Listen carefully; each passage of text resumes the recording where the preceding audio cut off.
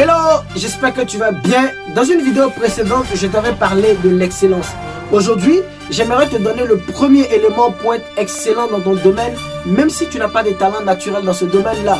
Petite histoire pour illustrer cela. Allons en 2005 sur la scène du basketball de très haut niveau. Tout le monde sait que pour réussir au basketball, il faut avoir des qualités physiques naturelles évidentes. Tu peux être petit de taille et bien réussir au football, au rugby ou même au tennis. Mais pour réussir dans le basketball, tu dois être grand de taille et très bien bâti. Je reviens à mon histoire. En 2005, après la fin de la saison régulière, il fallait désigner le meilleur joueur de basketball dans le monde, ce que les Américains appellent le MVP. D'après la tendance générale ou les sondages, le trophée du meilleur joueur de basket devait revenir soit à Shaquille O'Neal, soit à Steve Nash. D'après toi, qui a été élu meilleur joueur de basketball mondial en 2005? Pour t'aider un petit peu, je vais te parler des deux joueurs. Shaquille O'Neal était l'incarnation du talent naturel et de la puissance physique nécessaire pour être le basketteur ultime.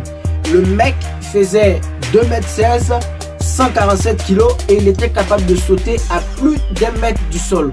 Pour faire simple, imaginez deux amours superposées l'une sur l'autre, se déplaçant à une vitesse correcte sur un terrain de basket. C'était ça Shaquille O'Neal. C'était compliqué de défendre sur Shaquille O'Neal parce que ce n'était pas équitable physiquement. Alors le Shaq de son surnom s'est imposé dès ses premières années comme l'un des meilleurs joueurs du monde de basket. En plus, il y a quelques années en arrière, il a été 3 fois champion successivement. Parlons maintenant de Steve Nash. C'était un Canadien de 1m91 qui faisait 81 kg. Il faut dire qu'au basket, c'est très léger.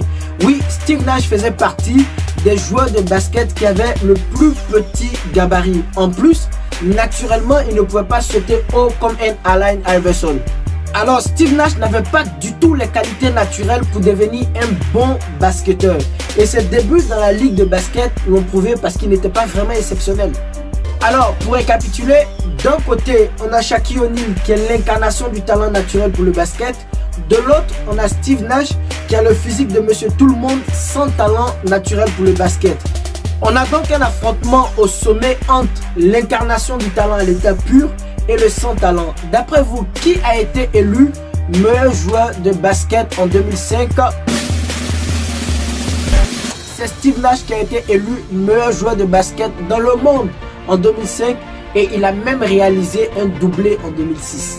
Steve Nash a été un vrai modèle d'excellence dans le basket de haut niveau sans forcément avoir des talents naturels pour le basket.